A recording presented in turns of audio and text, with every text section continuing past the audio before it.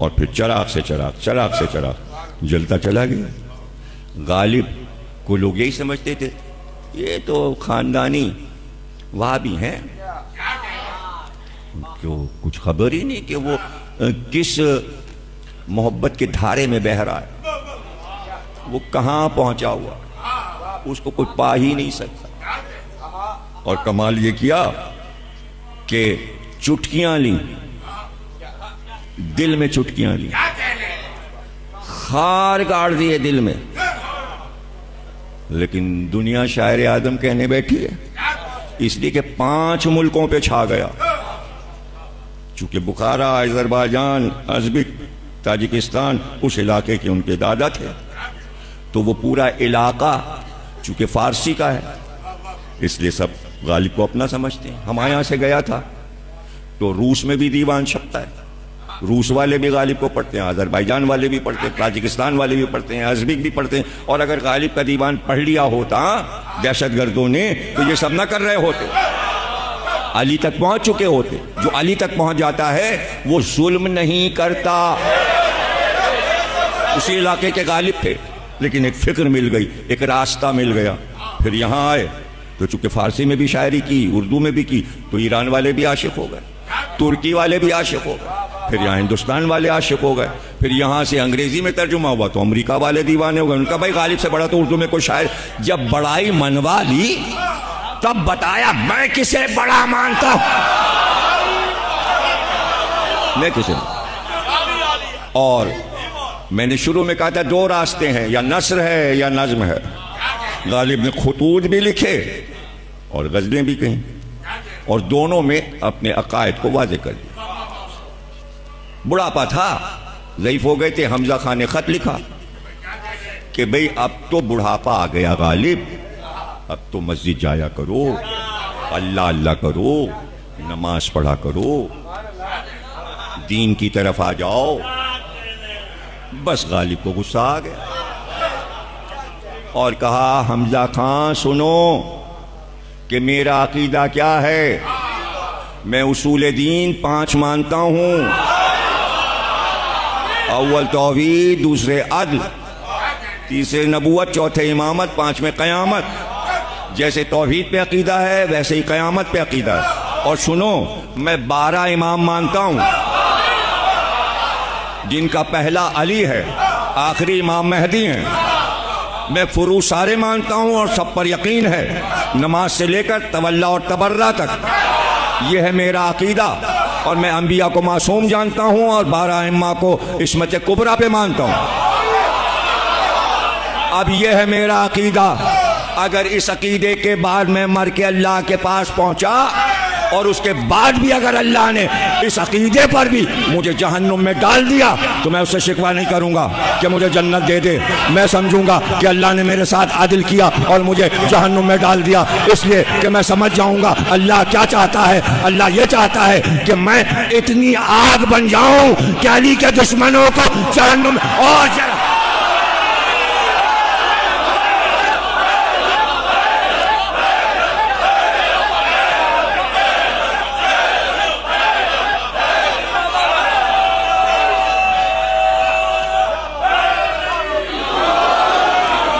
मैं अली के दुश्मनों को जहन्नम में जलाऊंगा। मैं समझूंगा यही उसका अदल है। उसके बाद जो है वो पढ़ूं कि ना पढ़ूं। खुतूत गालिब तो कोर्स में चलते हैं, इंडिया में भी छपे, यहां भी छपे, पढ़ना तो पड़ेगा। उसके आगे क्या कहा, अरे तुम क्या जानो ये अकायद। तुम तो दरीबा, दिल्ली का एक महल है, दरीबा के मदरसे में चंद लौंडों को जमा करके दिल्ली की गली के समझते हो कि कोई इल्म पढ़ा रहे हो। हमें पता है उन्हें बस तुम गुस्ले जनाबत, हैज़ो निफाक,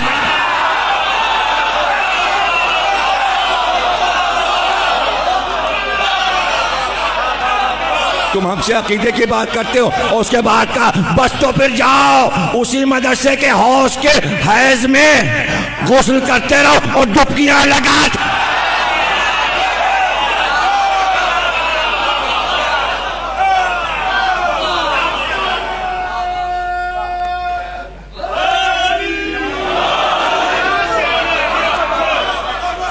यह है मिर्जा गालिब, दुनिया के पसंदीदा शायर। अब तो मीर भी मर गए और गालिब भी मर गए, अब फतवे दो हैं, फतवे काम आएंगे उनके। अब काहे के फतवे तो वो लगा गए। गालिब का फतवा सुनिए, गालिब ने फतवा लगाया, गालिब पे कोई क्या फतवा लगाएगा। गालिब का फतवा सुनिए, 4 मिसरे फारसी में कहे और कहते थे मैं फारसी की शायरी उर्दू से अच्छी करता हूं। जब दीवान तैयार हो गया तो गए पब्लिशर के पास, कहा भाई ये छाप दो और हमें कुछ पैसे दे दो। उसने कहा रख दीजिए, देखेंगे। दे के आ गए। दूसरे दिन गए, कहा भाई छापोगे, पैसे दे दो। कहा नहीं, वो हमने पढ़ा, उसमें एक रुबाई ऐसी है, वो निकाल दीजिए। गालिब कहने कौन सी रुबाई? कहने ये वाली। उन्होंने उठाया, बगल में दबाया, कहा हमें नहीं छपवाना। अरे सुनिए सुनिए सुनिए, आपका क्या जा रहा है, ये रुबाई निकाल दीजिए, हम छाप देंगे। कहा ये रुबाई रहेगी, छपे या ना छपे, ये रुबाई रहेगी। आखिर रही, छपा, दुनिया में फैल गया। फारसी का दीवान ज्यादा फैला, पूरी दुनिया में फैल गया, जगह जगह फैल गया। रूस में भी फारसी है, अजरबैजान में भी फारसी है, बुखारा में भी फारसी है, अजरबैकिस्तान में भी फारसी है। वो फारसी भी बोल रहे थे थोड़ी थोड़ी, बच्चों ने बताया, और थोड़ी थोड़ी अरबी भी बोल रहे थे, और एक और अनजान जबान बोल रहे थे।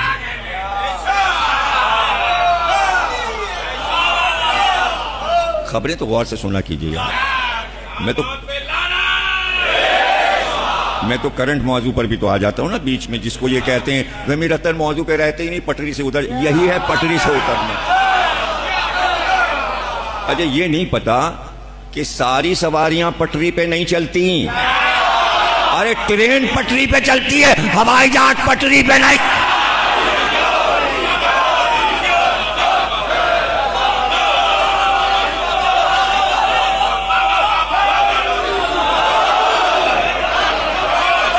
ये हो सकता है बहुत से लोगों को अब तक पटरी पसंद है। उसकी वजह क्या है? दोनों पटरियां कहीं मिलती नहीं। तो जो विलाय अली वाले हैं कभी भी मुकस्सरीन से नहीं मिल।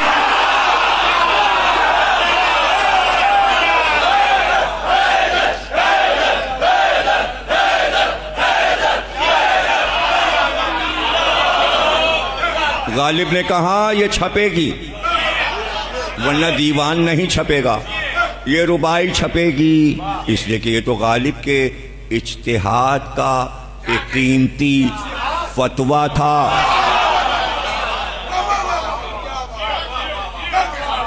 देखिए इज्तिहाद पे गालिब ने बड़े खुल के बात की है। ये इज्तिहाद अजब है, गालिब कह रहे हैं ये इज्तिहाद अजब है। एक दुश्मने दी अली से आके लड़े और उसे इज्तिहाद कहें, उसे अली से लड़े, कह रहे मुज्तहिद है। अली से लड़ने वाले को मुज्तहिद कहा जाता है। ये इज्तिहाद अजब है। एक दुश्मने दी अली से आके लड़े और इज्तिहाद कहें उसे। यजीद को तो ना था इज्तिहाद का पाया, बुरा ना मानिए, अगर बुरा कहें उसे। यजीद के अब्बा तो मुज्तहिद कहे जाते हैं ना, और खता इज्तिहादी हो गई, खता इज्तिहादी। अब हम क्या करें, लफ्ज जगह जगह इस्तेमाल होता है। आप लोगों का ज़हन उधर जा रहा है जिसमें आप मुलव्विस हैं। तारीख में इज्तिहाद कुछ और कहते हैं, जो तरावी इजाद करे कहते हैं ये इज्तिहाद है, जो तवाफुन निसा में ये इज्तिहाद है, जो अली के गले में रस्सी डाल ये इज्तिहाद है। तो पहले इज्तिहाद कुछ और था, कुछ और है, मुझे क्या पता वो क्या था और ये क्या है।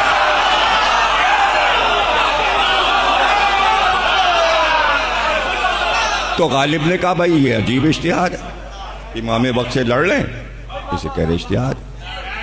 ये तारीख़ इस्लाम में पढ़ाया जाता है, खता इज्तिहादी। बहुत पुरानी चीज़ है इज्तिहाद, बहुत पुरानी। यानी अपनी मर्जी से फतवा देना, इसे कहते हैं इज्तिहाद। तो तारीख जिसने लिखी उसने कहा भाई पहला मुज्तहिद कौन था जिसने फतवा दिया सबसे पहले कहना? तो उसने फतवा दिया, इसको तू अफजल कह रहा है, इसको मिट्टी से बनाया, मुझे आग से बनाया, मैं इससे अफजल हूं, फतवा आ गया। लेकिन हक के फतवे और हैं। हक के फतवे में अली हो तो हक का फतवा है, अगर उसमें अली नहीं है तो वो फतवा नहीं है, फतवा नहीं। तो देखिए गालिब ने हक का फतवा दिया कि भाई शर्तस्त के बहरे ज़ब्ते आदाब और रसूल, दीन में अगर अच्छी बातों को कायम रखना चाहते हो, अदब को कायम रखना चाहते हो, दीन को कायम रखना चाहते हो, एक शर्त है, जब तक वो शर्त पूरी नहीं होगी दीन नहीं रहेगा। शर्त के बहरे ज़ब्ते आदाब और रसूल, क्या है पहली शर्त? खेजत बादस नबी इमाम मासूम, जब नबी जाए तो जो भी आए उसका मासूम होना जरूरी है, वो बेखता हो, उसने कभी खता ना की हो, उससे खता का इम्कान ना हो। अगर ऐसा होगा कि नबी के बाद आने वाला खताकार होगा तो आवाम उससे कहेंगे तूने ये खता की, मैंने ये की, तूने ये की, मैंने ये की, तूने शराब पी, मैंने भी की, तूने जिना किया, मैंने भी किया, तो निजाम बिगड़ जाएगा। वाहिद अली थे, आवाम ये ना कह सके।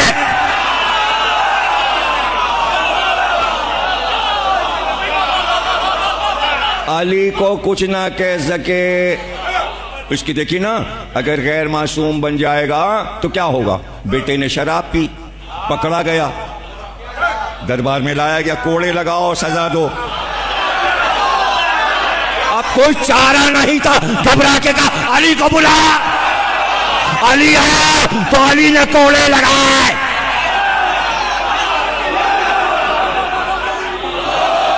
सामने की मिसाल आ गई। इसलिए जरूरी है कि नबी के बाद जो इमाम आए वो मासूम हो, हादी मासूम हो, ताकि अवाम पलट कर ये न कह सके आपने ये खता की। तारीख में दिखाओ अवाम ने अली से कहा हो आपने ये गलती की, ये दीन की गलती की। हमारे 12 ही तो ऐसे हैं जिनको कोई ये किरदार की बुलंदियां, अरे शक करना कैसा, शक करना कैसा, खुदा का धोखा हो गया। तो ये बड़ी तारीफ की बात है, ये अल्लाह की तारीफ है कि अल्लाह ने ऐसा नुमाइंदा बनाया कि जिस पे खता का शक नहीं हुआ।